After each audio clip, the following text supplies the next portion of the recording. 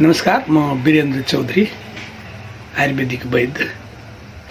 आजको मेरो टपिक रहेको छ हाई ब्लड प्रेसर र मर्निङ वाकको बिचमा के सम्बन्ध छ।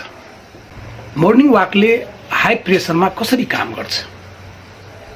यसले रक्तनली ब्लड भेसल्स खोल्न मद्दत गर्छ। हिँड्दा शरीर सक्रिय हुन्छ, रक्तनलीहरू लचिलो बन्छन्, रगत बग्ने बाटो खुल्छ। प्रेसर प्राकृतिक रूपमा कम हुन थाल्छ। दोस्रो नम्बर, मुटुलाई कम मेहनत गर्न लगाउँछ। नियमित हिँड्दा मुटु बलियो बन्छ। बलियो मुटुले रगत पम्प गर्न कम बल लगाउँछ र यसले बीपी घट्छ। तेस्रो नम्बर, स्ट्रेस कम गर्छ। ठुलो कारण यही हो।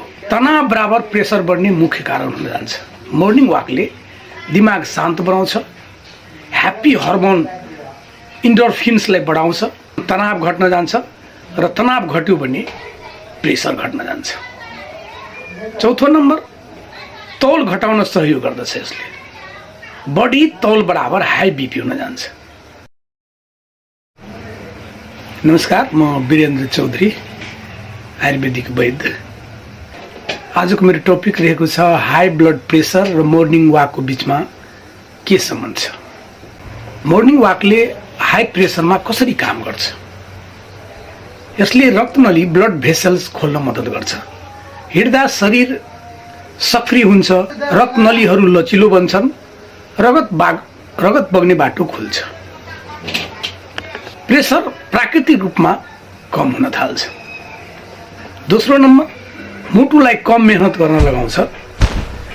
नियमित हिँड्दा मुटु बलियो बन्छ। बलियो मुटुले रगत पम्प गर्न कम बल लगाउँछ र यसले बीपी घट्छ। तेस्रो नम्बर, स्ट्रेस कम गर्छ। ठुलो कारण यही हो। तनाव बराबर प्रेसर बढ्ने मुख्य कारण हुन जान्छ।